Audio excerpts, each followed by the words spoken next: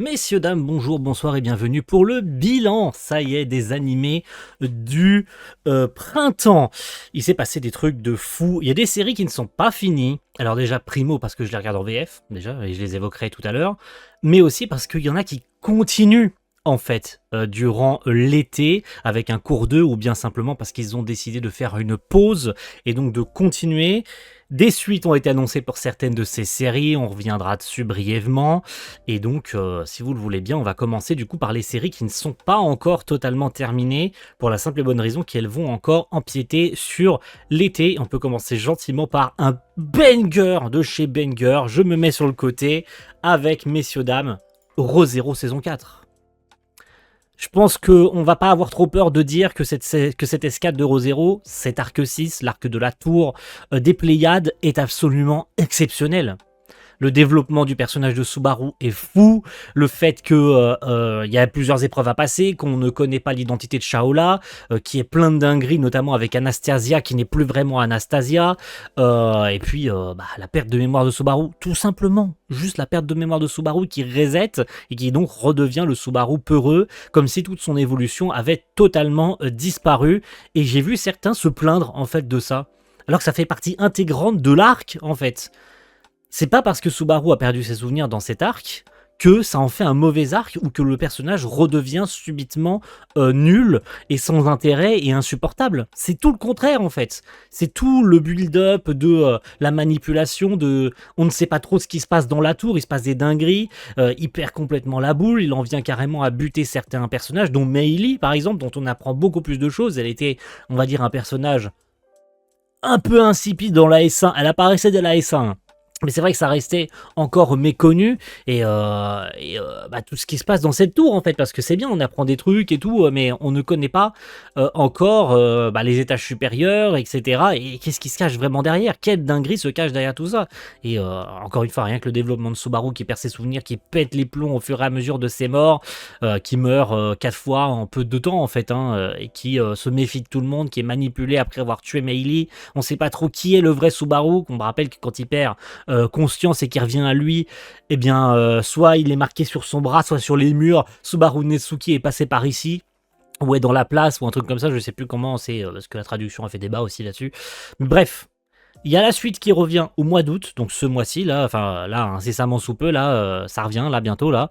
Donc patientez encore un petit peu, oui, tout le mois de juillet, il n'y aura pas de Re:Zero, mais ça revient durant le début du mois d'août, avec l'arc 7, du coup, si je dis pas de conneries, bon, pour très peu d'épisodes, mais je pense qu'ils vont enchaîner derrière. Hein. Ça m'étonnerait pas qu'ils annoncent une S5 dans la foulée pour la suite des arcs, vu de toute façon le nombre d'arcs qu'on a encore adapté en animé, on est large pour faire une adaptation, donc n'ayons pas peur là-dessus, en tout cas c'était un absolute banger. Vraiment, j'ai kiffé tout du début jusqu'à la fin et on a très hâte de retrouver ça en plein milieu de l'été durant ce mois d'août.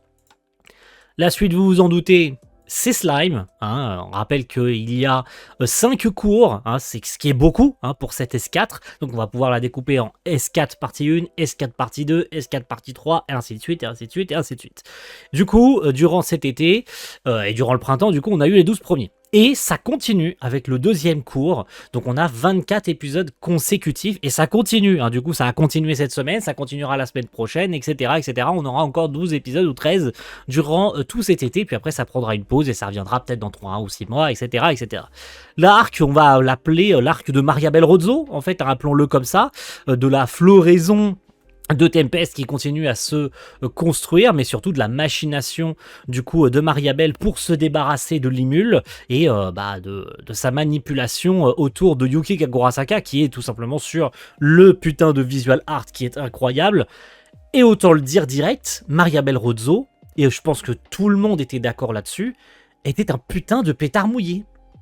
La meuf a été nulle du début jusqu'à la fin. Voilà. De sa première apparition, on se doutait, c'était une gamine, ok, elle avait un pouvoir de manipulation de la pensée et tout, de l'avidité, je crois que c'est ça le nom de sa compétence. Peu importe, en fait. Puisqu'on apprend à la fin qu'en fait, Yuki Kagurasaka, il a fait semblant d'être manipulé, et tout le monde l'avait vu venir. On en parlait d'ailleurs avec Kaiklo sur les réseaux, je pense qu'on était beaucoup à avoir déjà deviné d'avance que de toute façon Yuki n'était pas vraiment manipulée. Et bah on avait vu juste en fait. Mariabelle, ok son pouvoir est surpuissant, ok elle avait un plan de barbare et tout, mais je pense qu'elle avait énormément sous-estimé Limul et ses compagnons en fait. Et ouais, bingo, elle s'est fait tabasser comme une merde, et à la fin, bah, c'est finalement Yuki qui la tue, et qui vole en plus sa compétence. Bon, Yuki, j'ai mis des réserves un peu sur lui, est-ce qu'il est méchant, pas méchant? A priori, il est bien méchant, et il a bien l'intention de se débarrasser de Limul. Limul qui, on rappelle, est toujours aussi con, aussi, en soit dit en passant, hein, faire confiance à Yuki alors que... bah, heureusement d'ailleurs que Raphaël est là, parce qu'on n'aurait pas de Limul en fait. Limul serait mort depuis bien longtemps sans Raphaël, hein. On rappelle que c'est vraiment Raphaël, et j'ai très hâte, un de ces quatre, qu'on sache qui est vraiment derrière Raphaël. On rappelle la petite voix là dans sa tête qui lui donne des compétences, qui lui dit quoi faire. C'est vraiment elle qui gère tout ce que Limul fait à côté. C'est elle qui lui dit non, information, ne faites pas confiance à cet individu, ou faites attention à vous, tadadadada. Et c'est elle qui lui révèle que Yuki est un vrai ennemi en fait, que les soupçons qu'avait Limul sur lui sont fondés. Et qu'il a vraiment l'intention de le faire sombrer, lui et Tempest, et que par conséquent, c'est de son devoir de garder un œil sur lui, et surtout de faire attention à lui. Et avec, on rappelle, encore une fois, Tempest qui continue de grandir. Ce n'est pas fini avec les Rozo, on en verra encore, de toute façon, avec Grande Belle. Et donc, c'est très bien, et on a hâte que ça continue encore cet été. Et le dernier, du coup, qui continue, et qui va encore empiéter sur l'été, c'est Tsugai. J'ai commencé Tsugai, alors très bientôt je parle des animés que j'ai vus en VF, et Tsugai en fait partie. Vous avez certainement vu passer le drama sur la VF de Tsugai, et d'autres VF, hashtag plan B, hein, bien sûr, mais le sujet sera pour la vidéo VF, donc regardez-la si jamais ça vous intéresse, et voir un petit peu, et vous rappeler un petit peu le drama, et même d'apprendre ce qui s'est passé sur la VF de Tsugai. Œuvre d'Hiromu Arakawa, autrice de Full Metal Alchemist, bien sûr, hein, le légendaire Full Metal Alchemist. Et autant dire que Tsugai, je pense qu'on est beaucoup à être d'accord là-dessus, c'est extrêmement lent à démarrer. Je suis personnellement, puisque je regarde la série en VF actuellement à l'épisode 10, et je trouve ça particulièrement lent à démarrer. J'ai même pas l'impression que l'histoire a vraiment commencé là. Je sais pas ce que fout Hiromu Arakawa avec ce manga. Peut-être que c'est l'animé aussi qui fait que le rythme est lent. Je sais pas. Honnêtement, je sais pas. Mais on est beaucoup à le dire. Je pense qu'on est tous d'accord là-dessus. En tout cas, ceux qui pensent comme moi et peut-être pas, je sais pas. Mais ceux qui en sont conscients, tant mieux. Que le rythme est quand même super lent pour un début. Je n'arrive pas à vraiment accrocher à l'histoire. Alors la nouvelle VF aide aussi, hein, du coup, c'est pour ça que je continue, parce qu'il y a la nouvelle VF, parce que sans la nouvelle VF, je pense que j'aurais laissé tomber, j'aurais tout simplement pas dépassé l'épisode 3 ou 4, parce que le doublage était vraiment mauvais. Et Tsugai, alors... Yuru est intéressant, Dera est intéressant, d'apprendre ce qui se passe aussi avec Asa et les gardiens cardinaux et tout ça, bref... Mais l'histoire, je sais pas trop vers où elle se dirige pour l'instant, c'est très flou. L'impression qu'elle savait pas trop comment commencer, et elle s'étale un peu beaucoup à Arakawa sur le début de Tsugai, et je sais pas trop, voilà, j'ai l'impression d'être un peu paumé, je regarde sans vraiment comprendre ce qui se passe dedans, et c'est pas 100% désagréable, mais j'aime bien aussi avoir une ligne directrice de l'histoire, tu vois. Alors c'est bien, on a été chez les Kagemori, il s'est passé ça, on est entré dans la ville, on a eu un premier épisode assez explosif, hein, même les 2-3 premiers, ils ont été assez explosifs, notamment sur la découverte des persos, le fait de quitter le village d'Higashi, attaqué par les Kagemori et les autres, hein, tous les clans ennemis au village d'Higashi, et donc ceux qui gardaient Yuru captifs, hein, dans le village, qui vivent en autarcie, comme si le monde moderne n'existait pas. Du coup, il y a un contraste assez intéressant au début, tu vois un Yuru qui vit de la chasse, les gens ils se font emmener des médicaments et tout ça par Dera, hein, qui fait des allers-retours entre la ville et la montagne, et tout ce qui se cache derrière, hein, l'attaque du village et l'arrivée d'Asa et des Kagemori, etc. Mais je suis un peu paumé par rapport à tout ça, et honnêtement je sais pas trop si je finirai la série. Mais en tout cas, ça continue cet été, on verra bien vers quoi ça va se diriger. Alors là, ce fut je pense que c'est la découverte pour beaucoup de gens, moi y compris, ce printemps, c'est l'Atelier des Sorciers. Alors, si je devais donner une note honnête à l'Atelier des Sorciers, ce serait un petit 7 sur 10. Pas plus honnêtement, puisqu'on est sur l'introduction de l'histoire. Je ne connaissais que de loin, je connaissais de nom l'Atelier des Sorciers, ça faisait parler avant l'animé, c'est même toujours assez populaire en France, je crois que c'est chez Pika que c'est l'Atelier des Sorciers, et j'en entendais déjà parler de loin. Avec la sortie de chaque tome, globalement, ça faisait un petit peu de bruit sur les réseaux. En tout cas, dans ma TL personnelle, peut-être pas la vôtre, mais dans ma TL, je voyais passer à chaque sortie de tome, il y a le nouveau tome de l'Atelier des Sorciers. Je crois même qu'il a gagné des titres et des awards, le manga. Donc, dire que c'était méconnu avant et que c'était de niche, c'est faux. L'Atelier des Sorciers, c'était déjà connu avant l'animé. Par contre, il est clair que cette série adaptée, du coup, par le studio Bugfilm, voilà, avec une grosse équipe, mine de rien dessus, c'est quand même pas rien. On a eu la chance d'avoir sur le fameux épisode 5 Kazuki Kawagoe, qui est le meilleur du meilleur pour ce qui est Bugfilm, pour tout ce qui est de Bugfilm et c'était Komi aussi, il était réal de Komi.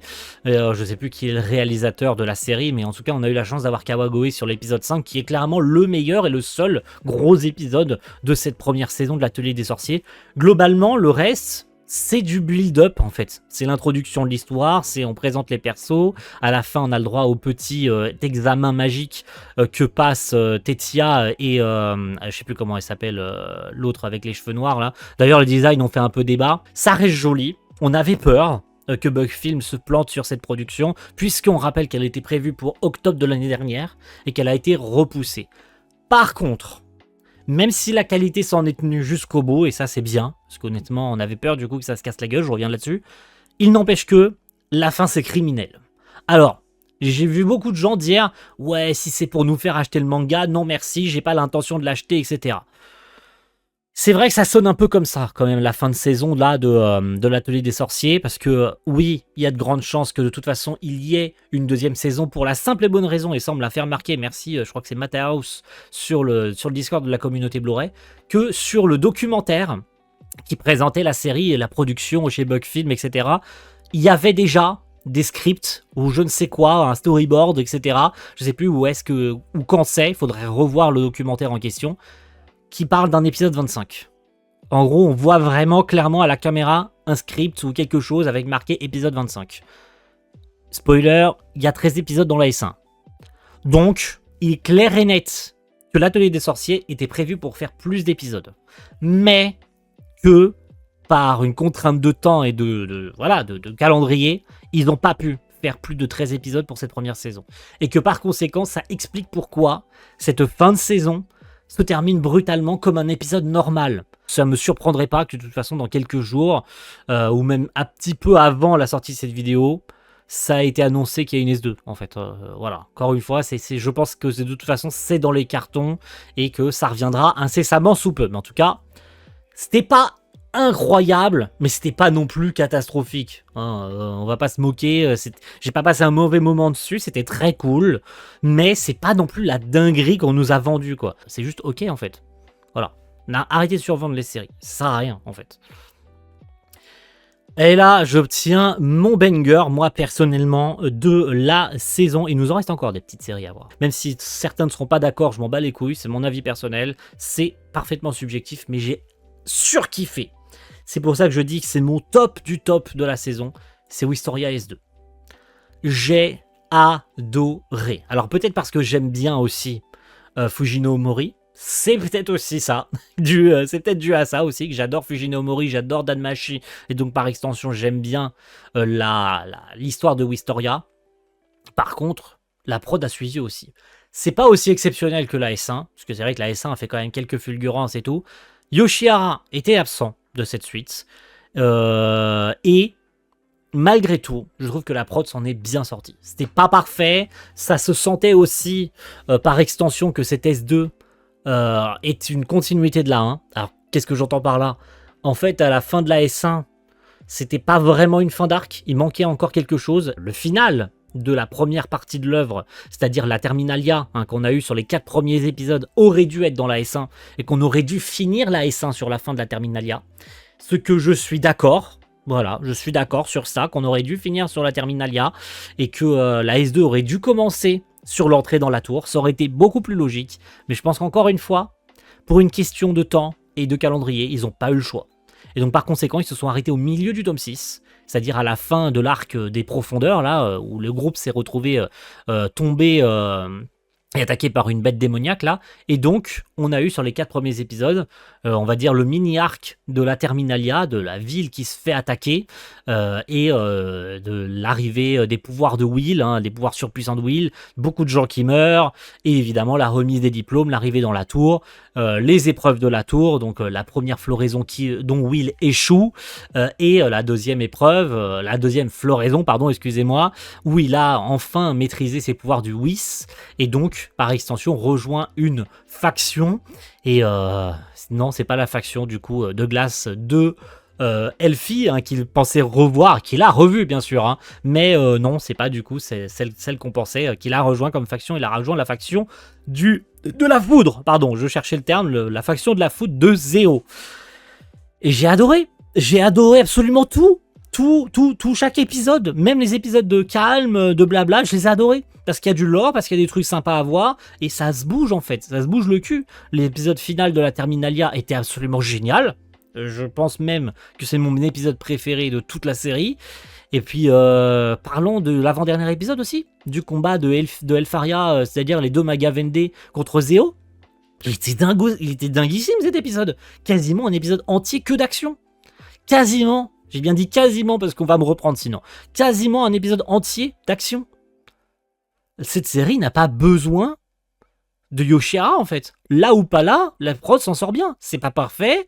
Il y a clairement énormément de off-model sur certains plans, voire même énormément de plans. Et de toute façon, le Blu-ray sera là. Et de toute façon, je crois que la S1 avait déjà eu le même problème. Donc, non, c'était pas une prod saine. Loin de là. De toute façon, je pense que, encore une fois, et je le répète, la S2... En tout cas, une partie des épisodes de la S2, c'est-à-dire les 4 premiers de la Terminalia, étaient prévus pour être dans la S1, et donc ils ont enchaîné sur la suite de de la série, quasiment dans la foulée en fait de la fin de la production de la 1. Je pense qu'ils ont quasi enchaîné dans la foulée. Ils n'ont pas eu le temps de finir la S1, ils ont bouclé comme ça, voilà, ça fera 12-13 épisodes, tant pis, on diffuse comme ça fera une saison, et puis on découpe comme ça, on n'a pas le choix. Au niveau du comité, je pense qu'il y a dû y avoir des compromis. Et par extension, on a décidé de commencer en plein milieu d'un tome.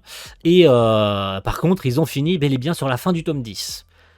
Et oui, du coup, il y a bien une saison 3 qui est annoncée pour Wistoria. C'est officiel, hein, à la fin du dernier épisode, on a le petit encart.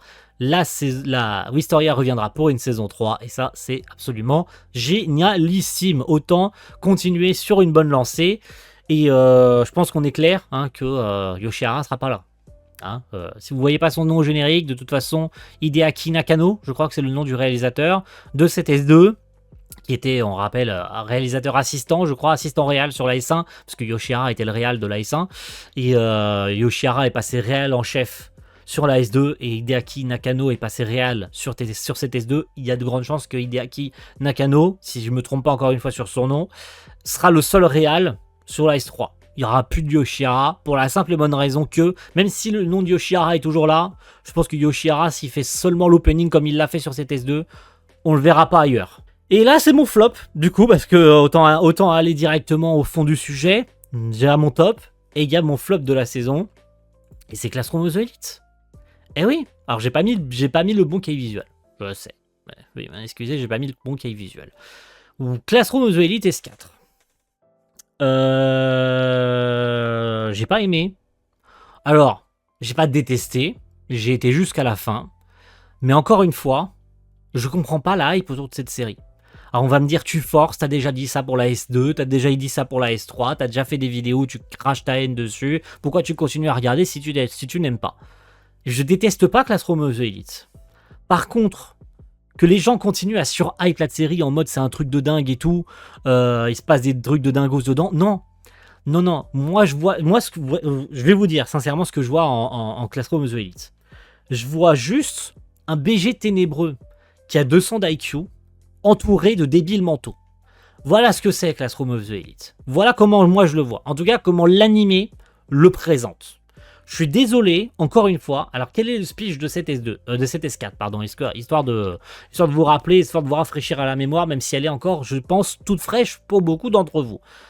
Il y a des nouveaux élèves qui arrivent, donc des élèves de seconde, hein, dans l'école, hein, du coup dans le lycée, et la plupart, pour ne pas dire l'entièreté, des élèves de seconde qui arrivent ont tous pour mission, pardon, je cherchais le terme, ont tous pour mission de faire expulser Ayano Koji.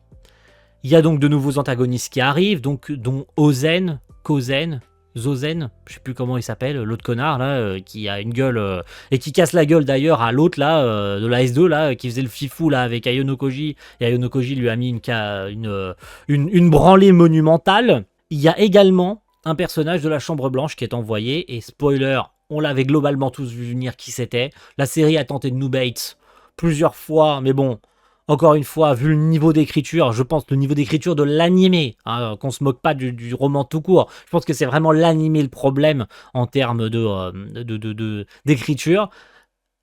Il y a eu aussi un truc très flagrant, hein, ça s'est vu dès les trailers, c'est le changement de DA. Elle était absolument affreuse, cette DA, je suis désolé. Hein. Oui, mais ça colle mieux à l'ambiance de la seconde année, parce qu'on rappelle que la classe d'Ayano Koji, la classe D, qui passe en classe C d'ailleurs, hein, qui repasse en classe C, parce qu'ils étaient déjà passés en classe C, qui repasse en classe C à la fin de l'examen final de cette S4, sont en deuxième année, du coup, hein, c'est pour ça que ça s'appelle seconde année. Et je suis désolé, mais la DA est affreuse. Les personnages s'éloignent un peu trop de l'écran, ils sont pixelisés à mort et on a l'impression qu'il y a de l'aliasing autour d'eux. C'est même pas qu'une impression, il y a de l'aliasing autour des personnages. C'est quoi ce choix de DA de con là? Je suis désolé, ce n'est pas une bonne nouvelle que la série ait changé de DA. Heureusement qu'il y a un opening au moins sympathique chanté par... j'ai plus le nom alors que... Eiraoi qui chante l'opening, pardon, voilà. Oh là là, j'ai failli faire une énorme bêtise. Toutes les intrigues secondaires ou principales sont prévisibles. À aucun moment, mais alors aucun putain de moment, tu ne sens Ayano Koji en danger. Alors qu'on rappelle, cette saison est concentrée sur le fait que tous les élèves, y compris même les profs, les putains de profs, on rappelle hein, que c'est à la fin de la S3, il y a le proviseur adjoint qui cherche à faire expulser Ayano Koji. À aucun moment, on ne sent Ayano Koji en danger dans cette saison. T'as regardé ces épisodes de gens qui pensaient sincèrement avoir une chance de faire expulser un gars aussi intelligent et ayant 1000 coups d'avance sur eux. Et ce qui est encore plus con, et ça c'est dans l'un des premiers épisodes, c'est que Ozen là, ou Kozen là, où on s'en bat les couilles, là, le mec qui veut faire le fifou là, et qui casse la gueule à tout le monde, là, qui fait un règne de terreur là, chez les secondes là. Ayano Koji l'arrête avec une main, mais il veut quand même se tabasser contre lui. Et spoiler, le combat n'arrivera jamais. Mais encore mieux, des gens ont pensé que dans le dernier épisode, parce qu'il y avait du combat, ça sauverait la qualité médiocre de cette S4. Et ça, c'est le pompon du pompon quand même. Hein. Autant dire les termes, hein. C'est le pompon du pompon. Des gens ont acclamé le fait qu'il y ait 2 minutes d'action dans Classroom of the Elite. Un animé qui se veut essentiellement cérébral. Il y a 2 minutes de combat avec des animateurs qui ont été appelés et qui ont globalement bien chorégraphié. C'est sympa à voir, c'est mignon et c'est cool et tout. Et il y a de la bagarre, oh là, il y a de la bagarre dans Classroom of the Elite. C'est ça qui sauve la saison. 2 minutes de bagarre d'Ayano Koji qui se joue des profs. Sérieusement. Alors qu'il lui met sa pâtée en 30 secondes chrono. S'il voulait, il lui tranchait la gorge en 30 secondes. C'est littéralement ce qu'il fait. Hein. Il se joue de lui. Il n'y a même pas de baston en fait. Ayano Koji, il a déjà gagné avant même que le combat ait commencé. Tu pourrais regarder la série en x2 que tu t'en fous en fait. Il y a la moitié des trucs, tu t'en fous. Parce que de toute façon, ça n'a aucun intérêt dans la suite. Donc voilà. Voilà pourquoi c'est mon flop. Parce que tout est prévisible. Et ce, depuis littéralement le premier épisode. J'avais un minimum d'espoir que ça évolue un peu. Et non. Non, je suis désolé, ça a été de pire en pire d'épisode en épisode. En plus de rien se passer d'intéressant, tout est prévisible. Tu penses que les méchants, ils ont fait un plan de barbare. En fait, Ayano Koji, il avait tout prévu. Il avait tout anticipé, tout ce que les méchants pouvaient anticiper, il avait lui-même anticipé en anticipant leur anticipation. Donc, non, c'est pas marrant de regarder un mec qui se joue de ses ennemis parce que les ennemis pensaient gagner du temps en faisant ça, en faisant ça, en faisant ça. Non. Ça se donne juste l'impression, encore une fois, et c'était ma phrase du début, qu'un gars méga supra intelligent est entouré de débiles. Ce n'est pas fun. Ce n'est pas fun, ce sera jamais fun. Et c'est pas 6 saisons de plus qui me feront apprécier le truc. Ça ne m'empêchera pas de continuer un minimum. Par contre, le jour où ça va vraiment me casser les couilles, j'arrêterai et c'est tout. Voilà.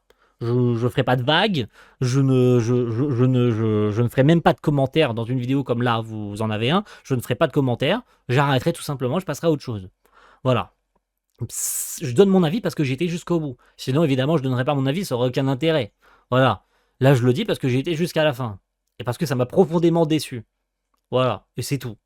Et c'est comme ça. Et il y a une S5 en plus qui est annoncée. Donc, que voulez-vous que je dise de plus?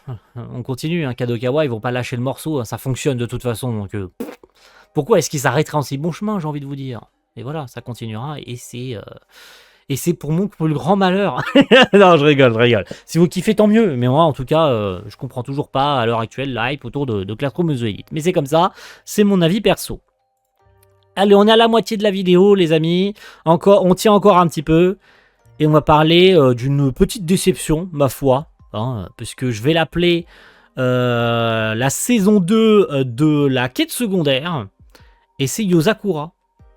Alors, on a eu la chance cette fois-ci d'avoir une diffusion en simuldub, enfin en simulcast, pardon, excusez-moi, simuldub c'est pour le doublage, parce que Yozakura n'a pas de doublage, puisque c'est disponible cette série sur Disney+. Mais ils ont a priori pas eu l'intelligence de faire un doublage sur Yozakura, ce qui m'aurait vraiment sauvé de certains épisodes de la S1 particulièrement chiants. Et cet S2 c'est pareil en fait. La moitié, plus de la moitié je pense des épisodes, c'est des quêtes secondaires qui servent à rien. Le reste, soit c'est pas intéressant, soit c'est rushé. On rappelle que dans cet S2, c'est globalement de chercher à comprendre qui est Tsubomi, qui a le daron des Yozakura, du coup Momo, le daron des enfants Yozakura, hein, globalement l'ancien mari de la chef des Yozakura, qui a décidé de, a priori, devenir méchant, tu sais pas pourquoi, mais il est devenu méchant. Bon, c'est juste moi qui ai pas compris et j'ai pas envie de m'étaler là-dessus, pas perdre 100 000 ans dessus. Mais en tout cas, il est devenu super méchant et oh là là, ça va être le prochain arc de Yozakura, du coup, même si à l'heure actuelle, il n'y a toujours pas d'S3 d'annoncer. J'ai fini l'épisode ce matin. Et du coup, je sais pas quand est-ce que ça reviendra, mais on verra ce que ça donnera, si jamais ils font une S3 ou pas. Après le reste, soit on rencontre des persos, genre on rencontre des anciens chefs des Yozakura, qui font donc office d'antagonistes dans cet S2 et qui interviennent de temps en temps et qui apparaissent quand ils détectent de la Someinin. Du coup, ils se rendent sur place et ils tombent sur un ancien chef des Yozakura qui les affrontent parce qu'en fait, certains chefs des Yozakura possèdent des capacités que possèdent actuellement les enfants Yozakura. Donc, t'en as un qui va s'affronter avec Futaba, t'en as un qui va s'affronter avec Kengo, t'en as un qui va s'affronter avec les autres, etc. Sauf que on n'en voit que 2 sur les 5 ou 6. Et après, c'est finalement le grand frère, donc je sais plus comment il s'appelle, avec le costard noir là. Pourtant, j'ai vu Kyoichiro, pardon, j'ai vu l'épisode tout à l'heure et j'allais oublier. Kyoichiro, qui finalement les tue tous. Donc pourquoi ne pas avoir envoyé Kyoichiro directement alors qu'il pouvait les buter? Il les a littéralement tous butés à lui tout seul. Voilà, pourquoi s'être emmerdé à envoyer les autres si finalement il suffisait d'envoyer le grand frère qui les a éliminés tout seul, sans forcer. Voilà, et encore une fois, alors il y a du build-up, genre les pouvoirs de Taiyo qui s'éveillent, la relation avec Mutsumi qui avance, on apprend que Mutsumi était en réalité, on va dire, touché par des fils invisibles de Tsubomi. Apparemment, il y a la mort de Kawashita aussi, le grand méchant de la S1, qui confie l'avenir à Taiyo.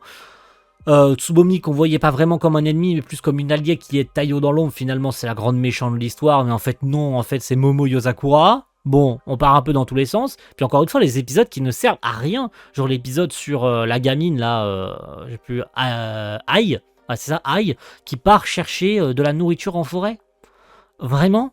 Genre on a 2 épisodes globalement sur elle qui ne servent à rien, ça ne fait pas avancer l'intrigue, c'est juste des épisodes secondaires, on a l'impression que c'est des chapitres bonus qui ont été adaptés dans un épisode, juste pour combler en fait. Juste parce qu'il y avait peut-être trop d'épisodes en fait et qui voulaient finir sur l'affrontement entre la famille et Momo Yozakura qui part en fait, et là bim, fin de saison, prochain arc, la traque de Momo Yozakura, ils avaient l'intention de finir sur ça, mais niveau scénario, ça tenait pas sur 12 épisodes, du coup, ils ont mis du secondaire, entre-temps, au milieu. Et du coup, on s'est fait chier, parce qu'il y a des épisodes, vraiment, tu peux juste ne pas les regarder, ils servent à rien. C'était pas horrible, parce que la prod était d'ailleurs un poil, je dis bien un poil, hein. C'est vraiment pour être gentil avec Silverlink, hein. C'est vraiment pour être gentil avec Silverlink, hein. La prod était très légèrement moins pire que la S1. On rappelle qu'il y a eu 28 épisodes quasiment entièrement dans la foulée sans pause pour la S1. Ce qui était ultra balèze quand même, hein. La production en a souffert énormément. C'était parfois même très souvent moche. La S2 s'en est plus tenue parce qu'il y a eu moins d'épisodes, hein. Mais sinon, globalement, t'attrapes le truc, poubelle. Et puis, sachant que Sakura est fini depuis longtemps en manga, est-ce que ça a vraiment encore un intérêt? Maintenant, vu comment ils finissent cette S2, je serais pas surpris qu'ils annoncent une S3, un de ces quatre. Voilà, c'est ma conclusion là-dessus. Une autre conclusion, d'ailleurs, hein, c'est parfait comme transition, c'est l'ultime saison de Dr. Stone, Science Future, qui est enfin terminé. Ça y est, on a été sur la Lune, on a découvert qui était Whiteman, on a bouclé toutes les intrigues, et le monde est redevenu normal. Enfin, ça y est, quoi, c'est la fin du voyage, quoi, j'ai envie de vous dire. Je le résume très brièvement, mais si jamais vous n'avez pas vu la saison finale de Dr. Stone, je vous invite à aller la voir. Si même vous vous êtes stoppé en plein milieu de Dr. Stone, finissez Dr. Stone, l'animé. L'animé, et c'est une conclusion globale, hein, sur toute l'aventure qu'on a vécue en adaptation. L'animé n'apporte rien de supplémentaire. L'animé est même parfois assez moche, hein, voilà, sur énormément de plans, c'est quand même assez laid. TMS ont vraiment fait vraiment le minimum de chez minimum sur cette adaptation. En même temps, est-ce que Dr. Stone demandait plus? La réponse est non, hein, de toute façon. Est-ce que le trait de Boichi est respecté dans cette adaptation? Pas vraiment. Est-ce que ça en fait une mauvaise adaptation pour autant? La réponse est non. Dr. Stone, c'était cool. Les musiques de Hiroaki Tsutsumi, oui, je me souviens du nom du compositeur, hein, quand même, hein, ça m'a marqué. Sont cool. L'ambiance est sympa. La VF est cool aussi, parce que j'ai regardé une grosse partie de la série en VF. Est très cool. Même la VO, de façon globale, est très cool. La série est cool. Ok, d'accord. Dr. Stone, c'est sympathique. Maintenant, je regrette tout de même qu'à la fin, ils n'ont pas adapté l'épilogue.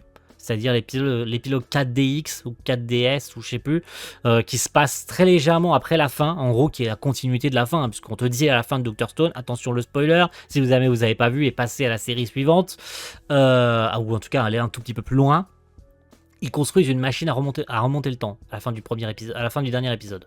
Et ça continue après. Il y a un petit épilogue de 4 chapitres sur la construction de la machine temporelle. Et du coup, on n'y a pas le droit à la fin de Dr. Stone, puisqu'ils ont fini comme le manga finit normalement, en fait. Hein. Le manga finit comme ça. Hein. Et que après, c'est juste 4 petits chapitres entre 50 et 60 pages qui ont été compilés dans un tome qui fait office d'épilogue à Dr. Stone. On rappelle que Dr. Stone a aussi un spin-off qui se passe dans l'ISS après que les astronautes soient partis. On suit un petit robot qui est resté sur l'ISS et tout ça, qui était très très cool, qui a d'ailleurs une petite mention d'ailleurs de ça à la fin, quasiment à la fin en fait, quand il se rentre dans l'espace, Kohaku en parle, et lui il dit bah non, l'ISS ça fait longtemps qu'il a explosé, machin. C'est un petit clin d'œil sympathique, mais qui est là quand même, et voilà, on a enfin la réponse à tout, qui était Wyman, et ce qui se passe derrière en fait. J'ai l'impression de perdre un pote que j'ai suivi depuis 7-8 ans. C'est comme ça, il faut bien passer à autre chose, il faut bien que toute bonne chose a une fin, et on passe à... voilà, c'est la fin d'une ère, hein. Dr. Stone a une adaptation complète, et c'est très bien comme ça. Ça va pouvoir ouvrir des portes à ceux qui se sont peut-être jamais lancés. L'adaptation est complète, donc vous n'avez plus vraiment de raison de ne pas vous lancer dedans dès à présent. Donc foncez voir Dr. Stone si ce n'est pas déjà fait. C'est une déception, mais moi je l'ai personnellement aimé malgré ses défauts. C'est L'Ange d'à côté, saison 2. Chouchouté par L'Ange d'à côté, saison 2. On va l'appeler par son nom français parce que je connais pas le nom japonais. Sinon, j'aurais résumé ça en Tenshi-sama S2. C'est ce que j'ai marqué sur mes sources. Voilà. Une saison qui n'a pas plu à tout le monde. Pour des raisons simples, c'est que c'est extrêmement lent. Voilà. En gros, Amane et Mahiru sont maintenant en couple. Hein, à la fin de la S1, on rappelle qu'ils se mettent en couple. Et donc cette S2, eh bien, c'est tout simplement la floraison de leur couple. Voilà, on peut pas le résumer plus simplement que ça. C'est leur couple qui grandit, qui fleurit gentiment. Ils se font des papouilles, ils se prennent dans les bras l'un de l'autre. trop souvent à mon goût d'ailleurs. Si à chaque épisode on a le droit à une Maïru qui se plaint de ses comment on appelle ça, de ses des trop gros moments de tendresse de Amane, peut-être, je sais pas, mais voilà, il y a de la jalousie parce qu'elle le veut pour elle toute seule et lui pareil, il veut la rendre heureuse. Il y a mine de rien de la conclusion d'arc narratif, notamment sur les deux, en fait, littéralement, hein, puisque il retourne dans la ville natale de Amane, donc chez ses parents, il passe l'été là-bas, et donc lui, ça lui permet d'affronter ses démons, d'affronter son passé, donc il retrouve un ancien harceleur qu'il avait au collège, et il finit par lui dire ses 4 vérités, qu'il est passé à autre chose, qu'il a enfin réussi à relever la tête, hein, tout simplement, après ce qui s'est passé et qu'il est forcé à changer d'école. Et pareil pour Maïru, en fait, hein, il y a le père de Maïru qui refait surface, mais elle refuse de le revoir parce qu'elle a décidé, en fait, tout simplement que sa famille s'est terminée, en fait, hein, qu'elle a coupé les ponts, et que son père, qui s'était jamais intéressé à elle, sa famille, globalement, qui s'était jamais intéressée à elle, voulait revenir. Finalement, bah non, hein, voilà, même si il se projette bien plus loin. Et voilà, globalement, il y a des épisodes très lents, extrêmement lents même. Par contre, il y a un truc que j'accepterai pas, c'est la critique sur l'animation et la réal. Mais alors, infiniment, je comprends pas que des gens préfèrent la S1. Vraiment, là, vraiment, j'insiste profondément sur ça. Je ne comprends pas comment on peut préférer la S1. La S1, les gars, histoire juste de vous rappeler, hein, la S1, c'est PowerPoint Land. Hein. La S1, en plus, au niveau des designs, c'est moche. La S1, les gars, juste pour vous dire, hein, l'entièreté de la S1 n'a pas été du tout animée par un studio japonais. Au crédit, c'est Project Number 9, je crois, qui s'occupe de la série. La série a été entièrement sous-traitée en Corée, hein, pour la S1. Il n'y a pas une seconde où quelqu'un de japonais a touché cet S1. Hein. La S2 a été quasi entièrement animée par le studio. Il n'y a pas quelque chose qui vous choque? La réal est infiniment meilleure, les designs sont infiniment meilleurs, les personnages bougent, il y a une vraie intention de mise en scène, il y a quelques petits chibis à droite à gauche voilà, qui bougent, les personnages sont vivants, et sincèrement, des gens vont me dire qu'ils préfèrent la S1, ils préfèrent PowerPoint Land? Non mais sans déconner, il y a des gens qui préfèrent PowerPoint Land. Non mais on se fout de la gueule du monde. Sincèrement, on se fout de la gueule du monde. Vous êtes pas sérieux quand vous dites ça. Vous ne préférez pas PowerPoint Land à quelque chose qui a vraiment une réal, vraiment une intention artistique. C'est une putain de blague. Vous vous foutez de ma gueule. J'ai halluciné quand j'ai vu des gens me dire, enfin, pas me dire moi personnellement, mais dire que, en plus du fait que cette S2 était particulièrement chiante et que c'était une torture à regarder, ce que je suis globalement d'accord avec ça, j'ai largement moi préféré la S1 à bien des égards au niveau du rythme, même si ça serait mentir de dire que c'est plus rapide dans la S1, hein, c'est tout aussi lent, hein. On rappelle qu'il met 12 épisodes à se mettre en couple, alors que clairement dès l'épisode 3 il peut se mettre en couple sans forcer, que les arcs narratifs sont lents du cul, et qu'il faut attendre le dernier épisode pour qu'il se passe quelque chose. Mais par contre, c'est dans la S2 que c'est lent et qu'il se passe rien. Hein. Bon, on se fout un peu de la gueule du monde. De façon globale, on se fout de la gueule du monde sur cette S2. C'était clairement chiant. La S1 était meilleure à bien des aspects. Par contre, niveau visuel, vous mentez à vous-même. Vous êtes des énormes menteurs. Voilà, je suis désolé, vous êtes des énormes mythos. The Barbarian Bride. Alors, j'ai regardé cette série uniquement parce qu'il y a un doublage. Voilà, l'histoire de Serafina, une chevalière d'un pays qui affronte un autre pays, hein, tout simplement parce que son pays à elle est défraîchi et que globalement c'est la sécheresse et la famine, etc., etc., affronte les barbares du clan de Veor, du coup, et qui, après une bataille, se fait enlever, du coup, par Veor pour devenir sa femme. Voilà, Veor, il est tombé amoureux de Serafina, il l'a enlevé pour l'emmener dans son village, et puis Serafina va vivre dans le village normal, voilà, apprenant à vivre autrement qu'en tant que chevalière, apprenant aussi ce qu'est l'amour, en revoyant d'anciennes connaissances à elle qu'elle pensait littéralement mortes, et qui en fait depuis le début et pendant des années vivaient dans le village de Veor. On apprend aussi que Veor est le fils d'une ancienne connaissance de Serafina quand elle était petite, voilà. Et globalement, on découvre un peu une végétation luxuriante, ce qui est globalement tout l'inverse du pays de Serafina qui est défraîchi et qui sont en train de crever de faim.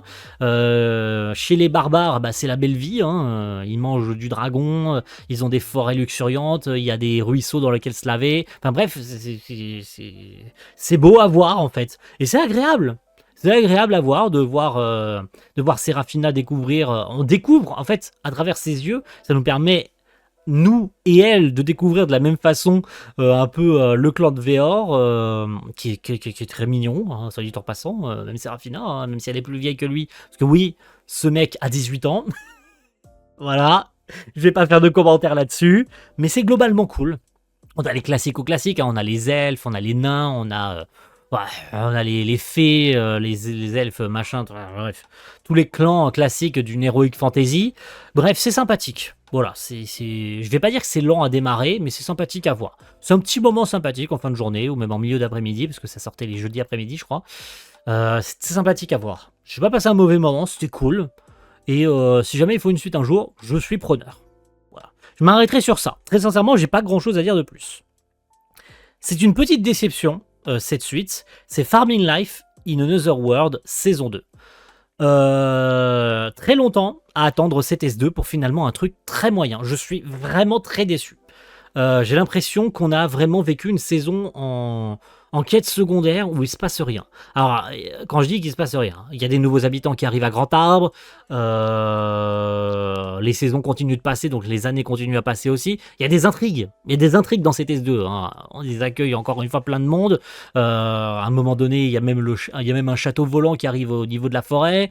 Ils accueillent une petite fille qui a priori était anciennement un espèce de mort-vivant, général, le mort-vivant, machin, qui finalement, je sais pas pourquoi, ça devient une gamine. Ça, c'est le truc qui est revenu le plus souvent dans Farming Life in Another World, c'est l'absence de harem. Alors que je vous explique, c'est jamais pour ceux qui sont pas au courant de ça. Farming Life in Another World, normalement, c'est un harem. Dans le sens où Hiraku, le chef du village, évidemment, est censé avoir, genre, 15 femmes, et avec chacune de ces femmes, il est censé avoir un enfant. Je vous le donne dans le mille. Dans l'animé, ils ont enlevé absolument tout ce qui est harem et le fait qu'il ait plusieurs enfants. L'animé se contente... Et le problème de ça, c'est que du coup, ça enlève des intrigues, et par conséquent, ça a coupé court à 99% à une S3. Vu tout ce qui a été supprimé dans la S1, plus tout ce qui a été supprimé dans la S2, parce que, juste pour vous signaler, hein, dans cette S2, et de même depuis très longtemps maintenant, il aurait dû avoir un enfant avec Tia, qui est l'elfe, la deuxième habitante de Grand Arbre dans la S1, vous vous rappelez, l'ange, hein, qui rejoint la ville après sa première femme, hein, j'ai oublié son nom, putain, je suis deg, c'est pas très important. Et qui a son premier enfant, hein, qui est du coup Alfred, hein, qu'elle a dans ses bras juste là. Et en fait, c'est le seul enfant qu'il a dans l'animé. Déjà qu'il l'a extrêmement tard, parce qu'il faut le savoir qu'il l'a très très tôt dans l'histoire, son premier enfant. Quasiment au début, en fait. Et l'animé a décidé qu'il l'aurait qu'à la fin de la S1, ce qui est complètement con. Et du coup, avec Tia, il est censé aussi avoir une fille. Et même avec plein d'autres personnages, avec une elfe, avec même Fraorem, avec la servante, avec Anne, du coup, la servante. Il est censé même avec la fille, là à droite, la fille avec des oreilles, je sais pas, des écureuils ou je sais quoi. Bref, il est censé globalement avoir des enfants avec plein de filles différentes du village. Le souci, c'est que du coup, ça a enlevé beaucoup de trucs. Et du coup, je vous le donne dans le mille, ils ont dû réadapter l'animé pour que ce soit suffisamment cohérent pour faire une intrigue et que ça tienne sur 12 épisodes, sauf que c'est full incohérent, il y a plein de trucs qui se passent, tu comprends rien, et ça part un peu dans tous les sens, t'as l'impression qu'ils ont racolé des bouts de scénario à droite à gauche, ce qui donne plein de sous-intrigues à la con, où il n'y a aucune continuité dessus, enfin bref, ils ont dû réécrire complètement le scénario. Et en fait, à la fin tu te dis, j'ai regardé ça pourquoi ? Donc il se passe rien dedans finalement, et je pense pas être le seul du coup à avoir gueulé, puisque globalement sur internet, une grande majorité ont été déçus, même en colère de cette adaptation. Même depuis, j'avais pas vu de message de colère sur la S1, par contre sur la S2 j'en ai vu parler énormément. Allez, plus que 3. Il nous reste Isekai Distributeur saison 3. Oui, j'ai été quand même jusque-là. Je n'ai pas encore fini la série parce que je la regarde en VF, mais mine de rien, c'est mignon, sans plus, en fait, cette série. Il n'y a pas que lui qui est réincarné, apparemment, hein, depuis la S2, je crois. On sait qu'il y a d'autres japonais qui ont été réincarnés dans la série. Mais bon, c'est la continuité. Il faut sauver le fils des andouilles armées, je crois, c'est ça. Hein, c'était le petit groupe avec le daron, avec son chapeau de cow-boy, là. Ses deux fils et la meuf qu'on apprend, en fait, être littéralement sa femme, du coup, hein, avec qui il a eu ses deux fils. Donc mystère, on résout des trucs, on les suit jusqu'au fin fond du donjon, littéralement, on arrive jusqu'à la fin du donjon, et au sens littéral comme au sens propre, hein, la fin du donjon, puisque le roi des ténèbres les poursuit, puis finalement le maître du donjon finit par se faire tuer. Et donc par extension, le donjon disparaît et ça les force à remonter à la surface où Hakon finit par se sacrifier, mais finalement non, il finit par être sauvé par Lamis, hein, évidemment, hein, qui continue à plus que l'aimer en fait, hein, c'est pas juste de l'amitié, il ressent je pense plus que... voilà. Pour un distributeur automatique, bref, je vais pas épiloguer là-dessus, mais c'est... On va dire que c'est sympa, et heureusement qu'il y a une VF, parce que sinon j'aurais pas regardé en fait, hein. C'est absurde au possible, mais ça arrive de temps en temps à être mignon, à être cool, à être sympathique à suivre. C'est pas le truc de l'année, mais ça plaît tellement aux Japonais qu'il y a 3 saisons en fait. Voilà, qu'est-ce que vous voulez que je vous dise? Les Japonais, ils aiment bien les mecs réincarnés en je ne sais pas quoi. Il y a 1001 trucs où des mecs sont réincarnés en des objets absolument, ou même des lieux, ou des trucs que t'aurais même pas imaginé. Tu prends une page du dictionnaire, je suis sûr qu'il existe un isekai sur ce truc. Et il nous reste du coup, j'ai adoré, honnêtement j'ai adoré The Rampart of Ice. La toute première œuvre de l'auteur de You and I Are Polar Opposite. Oui, il s'agit de la même autrice que Polar Opposite, mais ça a été écrit avant. Alors je crois d'ailleurs que c'est un manga, ou je ne sais pas quelle appellation lui donner, ça a été fait en ligne. Alors je ne sais pas s'il y a des versions reliées de Rampart of Ice, parce qu'en fait le format est un peu en format webtoon en fait. Et par extension du coup c'est en couleur, hein, voilà, et vous pouvez le lire sur votre smartphone et tout. Et du coup Rampart of Ice c'était sa toute première œuvre avant qu'elle enchaîne sur le total inverse, hein, puisqu'on rappelle que Rampart of Ice, on suit Himekawa, je crois. Si je dis pas de bêtises, je vais vous retrouver vite fait le carton de doublage ou pas. Voilà, il y a Minato, il y a Yota, il y a... ça c'est Mekawa, je sais plus comment elle s'appelle, Koyuki, voilà, pardon, excusez-moi le nom de l'héroïne, Koyuki, qui a été harcelée au collège, qui est sortie avec un garçon, puis finalement elle a voulu repartir de zéro au lycée. Et donc elle a retrouvé Miki, hein, sa pote que vous voyez juste au fond là, celle qui fait coucou, elle est là, mais elle qui connaît Yota et Minato. Puis au fil en aiguille, on revient un peu sur la psyché des personnages, on découvre un peu leur mal-être, notamment que Minato est quelqu'un d'extrêmement intrusif dans la vie des gens, que Koyun a du mal à se faire de nouveaux amis de peur que son passé du collège revienne la hanter, Yota qui pareil est quelqu'un de jovial et de très heureux dans sa vie, et finalement il s'avère que c'est très loin d'être le cas, et il finit par se confier à Koyun, et il en va de même avec également Miki, hein, qui a son petit arc narratif également. Bref, c'est quelque chose d'assez sombre. Ça traite de pas mal de sujets, on rentre dans la psyché des personnages, et c'est donc, comme je le disais à l'instant, le parfait contraire de Polar Opposite, qui lui est très jovial, très coloré, très pétant, et il faut savoir que ça se passe dans le même univers, hein, juste au cas où, voilà, ils se rendent notamment dans le parc d'attractions avec la peluche Piu Piu là, j'ai plus le nom là, la mascotte qui ressemble à un espèce de poussin. Et je crois même il y a carrément des clins d'œil, hein, il y a des caméos de personnages de Polar Opposite dans les épisodes de Rampart. Peut-être qu'il y en aura d'ailleurs de Rampart dans Polar Opposite. Hein, ça, j'en doute pas de toute façon que les personnages se sont peut-être croisés à un endroit. Et bref, j'ai beaucoup aimé ce côté un peu psychologique, on rentre dans la tête des personnages.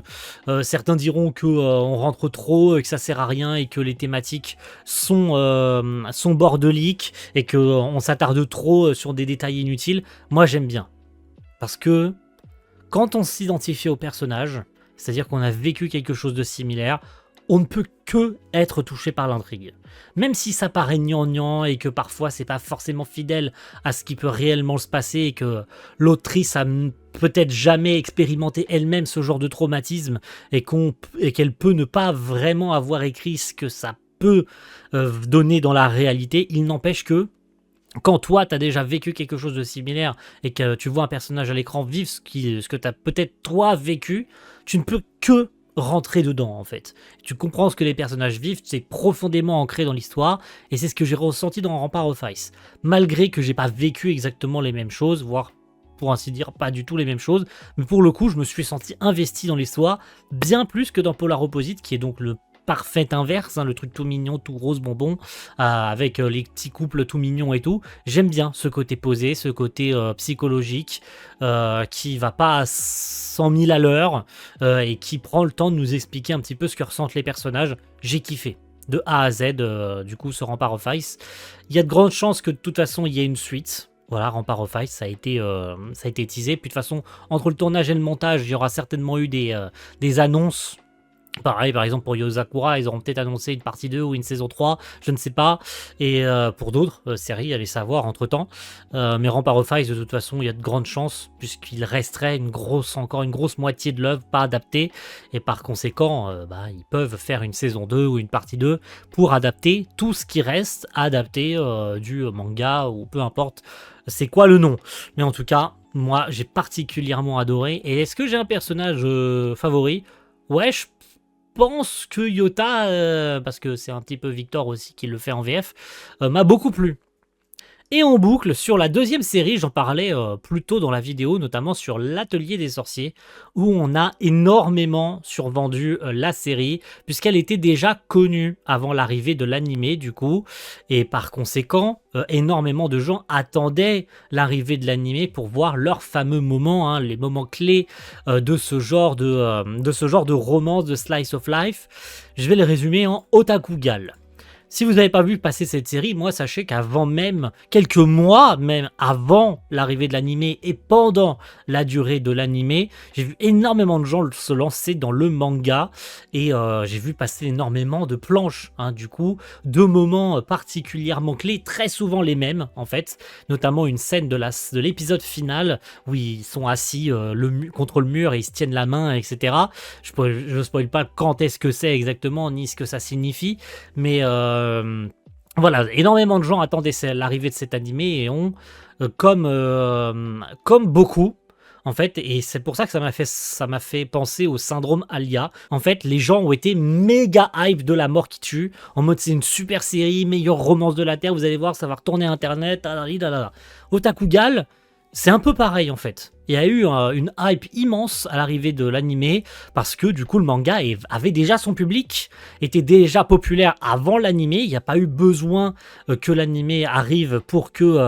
en gros, il n'y avait pas besoin d'animé pour créer un public. Le public était déjà là et attendait déjà impatiemment et donc ont été méga super hype à l'arrivée de l'animé. C'est peut-être de ma faute de m'être trop attardé sur la hype du truc et d'avoir attendu un truc de ouf. Finalement, heureusement qu'il y a un bon opening et que la production est pas dégueulasse, parce que sinon, c'est un truc qu'on a déjà vu 1 million de fois.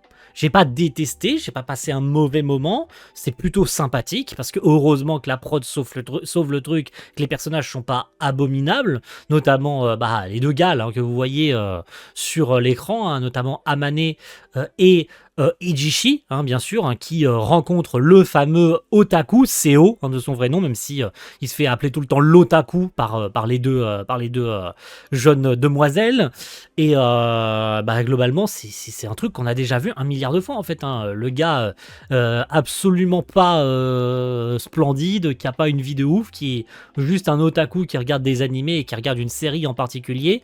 Tu ne sais pas pourquoi, pour quelle raison, finalement, t'as deux meufs qui se mettent mettent à s'intéresser à lui. Pourquoi lui et pas d'autres mecs alors qu'il y a des mecs beaucoup plus intéressants qui existent? Voilà, c'est pas original pour un sou, c'est même pas logique tout court. En fait, ce genre d'histoire, ça n'a aucun sens. Hein, à quel moment c'est logique que deux meufs super belles, les deux meufs les plus belles du lycée, s'intéressent à un gars super lambda qui regarde des animés? Dans quel monde ça existe en fait? Heureusement que c'est de la fiction parce que ça n'existera jamais, ce genre de truc. Et encore une fois, il y a des séries du même genre qui sont bien mieux écrites que ça, qui sont bien plus jolies, qui sont bien plus intéressantes. Je crache pas sur Otakugal, je dis juste que avoir sur hype cette série, ça a aucun intérêt. En fait, parce que déjà, il y a mieux ailleurs, il y a bien mieux. Je peux vous citer facilement 5 séries meilleures que celle-ci. Maintenant, c'était pas horrible. La production a eu quand même énormément de mal sur certains épisodes. Hein, ne mentons pas là-dessus, hein, quand même. Il y a des épisodes qui étaient bien moins beaux, des épisodes qui surpassaient les autres, notamment allez, je dirais les 3-4 premiers. Après, ça a été un peu en dents de scie, hein. Énormément d'off-modèles. Au niveau des corrections des visages, ça allait pas du tout. Hein. Il y avait des gueules, notamment de Amane. Ijishi, encore ça allait, mais énormément de plans sur Amane où, oh putain, t'avais l'impression qu'elle louchait. Hein. Il y avait des problèmes de proportion du visage, des yeux, de la bouche. Bref, ça allait pas, ça allait pas dans la bonne direction. Fort heureusement, ça s'est pas cassé la gueule, mais ça a été quand même laborieux sur la fin, hein, on va pas se mytho. Mais c'était sympa. C'était pas dingue, parce que t'as les classiques, c'est vraiment le cliché parfait de ce genre de série-là, où t'es au lycée et finissent par se inviter mutuellement les uns chez les autres, et puis ça se clôture, bien sûr, sur le fameux festival du lycée, avec les feux d'artifice et la cérémonie de fin de festival. Bref, rien de bien sympathique à se mettre sous la dent, mais ça fait passer le temps, et c'est tout ce qu'on demande à ce genre de série. Arrêtons-nous là, parce que sinon je vais encore tergiverser pendant 30 ans, et c'est sur cette petite note que se clôture cette petite vidéo. Ouais, petite, 1 heure quasiment, même pour pas dire plus d'1 heure. J'ai essayé d'étayer, mais je finis toujours par traîner en longueur sur certaines séries, veuillez m'en excuser. Mais voilà. Otakugal, pour venir dessus, c'était pas terrible, quoi. Maintenant, voilà, mon top, je le disais tout à l'heure, c'est Wistoria. Sans commune mesure, c'est Wistoria. J'ai passé un moment vraiment très plaisant devant Wistoria. Et à l'inverse, Classroom of the Elite, c'est vraiment mon flop, quoi. En fait, à chaque saison, je me force peut-être à regarder la saison suivante. Peut-être que j'attends que la série me surprenne. Je sais pas, peut-être que sincèrement, faudrait peut-être que j'arrête en fait. Au lieu de me forcer à espérer quelque chose qui n'arrivera jamais. Je sais pas, je suis peut-être dans le déni à continuer Classroom of the Elite en espérant que ça devienne bien alors que ça ne l'est pas. Je sais pas. C'est peut-être juste moi qui insiste pour rien. Dites-moi en commentaire ce que vous en pensez. Mais bon, voilà. Et puis n'hésitez pas à me dire bien sûr en commentaire ce que vous avez regardé, votre top, votre flop. C'est toujours sympathique. Et puis quant à nous, on se retrouve fin octobre, début novembre peut-être. Non, c'est fin septembre, pardon. Fin septembre, début octobre pour le bilan des animés de l'été. Pardon, j'ai avancé d'un mois de trop en fait. Et puis après, évidemment, la fameuse vidéo de qu'est-ce que je vais vous faire en réact cet octobre. Mais on a des trucs à voir avant. On se calme. Il y a Mushoku qui arrive. Il y a, en octobre, normalement, il y a Tensei Shitara Kendeshita, donc Reincarnation of the Sword. Je sais pas comment je vais faire si je fais Mushoku. Ça va être compliqué. Et puis je vous le disais, du coup, il y a Black Torch aussi que je compte faire cet été, mais que je vais probablement pas proposer cet été. Bref, ça va être laborieux, très laborieux là. Je dirais entre juillet et la fin d'année. Là, les 5-6 derniers mois qui nous restent, là, ça va être laborieux. Là. Donc, ouais, les 5 mois qui nous restent, pardon. Ça va être laborieux. Donc, attendez les vidéos. Ça va envoyer cet été. Là, on a un let's play et on a du coup les réacts d'animés qui arrivent. Et j'ai encore un petit calendrier de vidéos à sortir. Donc, attendez ça avec impatience. Rendez-vous dans 3 mois. Ciao tout le monde. Bye.